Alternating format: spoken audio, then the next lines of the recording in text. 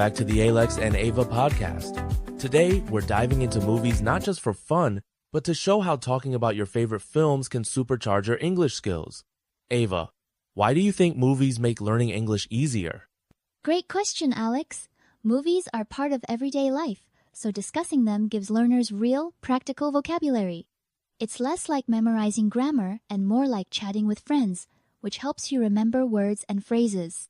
Absolutely. Plus, movies give context. When you use words like exciting or boring to describe a film, you're practicing adjectives in a natural way. That makes the language stick. Exactly, and it's not just vocabulary. When you talk about movies, you practice asking questions, giving opinions, and even telling short stories. All these are key conversation skills. Let's start by breaking down movie genres. Ava, can you give us a quick overview of the most common types? Sure, we have action, comedy, romantic comedy, drama, horror, science fiction or sci-fi, and animation. Each genre has its own feel and typical words to describe it. That's right. For example, action movies are often called exciting or intense, while comedies are described as funny or lighthearted. Let's compare. Would you call a horror movie sweet? Not at all. Horror movies are usually scary or suspenseful. Using the right adjective helps people understand your opinion clearly.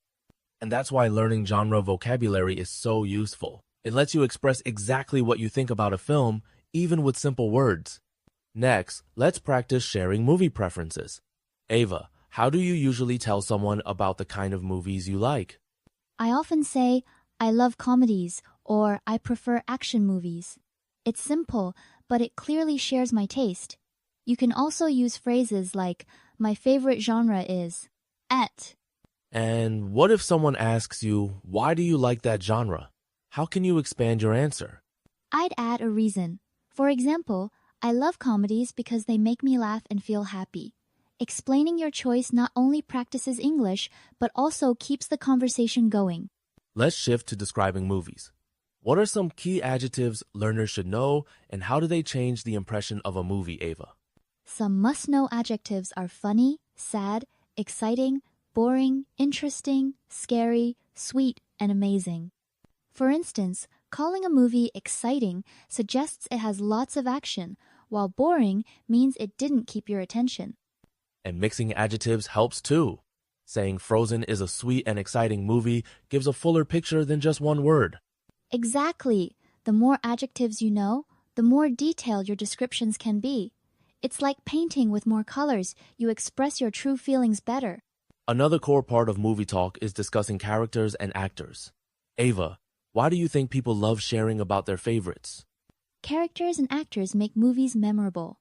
Saying, my favorite character was Max, or I like Tom Hanks, adds a personal touch. Plus, it's a great way to practice names and adjectives together. Exactly. And you can ask follow-up questions like, what did you like about that character?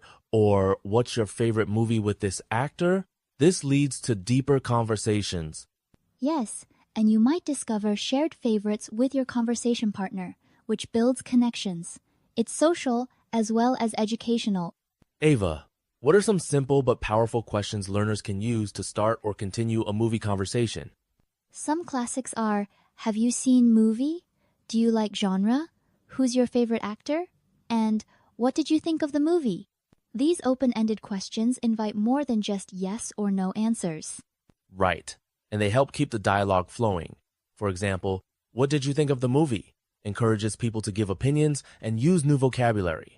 Yes, and if you're not sure what to ask next, just use the actor or genre as a clue for your next question. It's like following a conversation map. Let's practice with a quick role play. Imagine you're meeting a friend. How would you start the conversation, Ava? I'd say, hi, what kind of movies do you like? That's a friendly opener. Then I'd follow up based on their answer, like, have you seen any good movies recently? Exactly. And if they mention a movie, you can ask, did you like it? Or who was your favorite character? This structure keeps things natural and relaxed.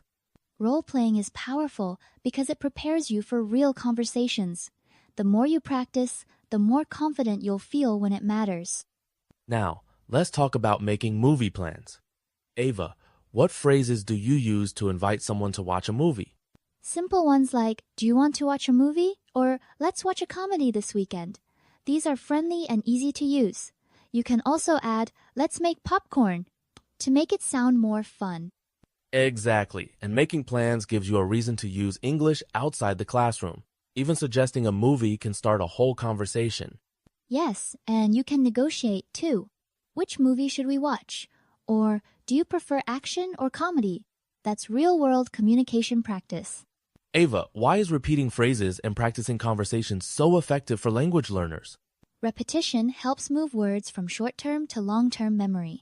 When you repeat, I watched a movie last night, or it was funny, you're training your brain to use these phrases automatically. Right, and practicing out loud alone or with a friend builds confidence. It's like actors rehearsing lines until they feel natural. And listening to real conversations like this podcast lets you hear correct pronunciation and rhythm. It's all about building strong language habits. Before we wrap up, let's review what we've covered. Ava, what are the top points learners should remember from today's episode? First, know your movie genres and key adjectives. Second, practice sharing your preferences and reasons. Third, ask and answer questions to keep conversations lively.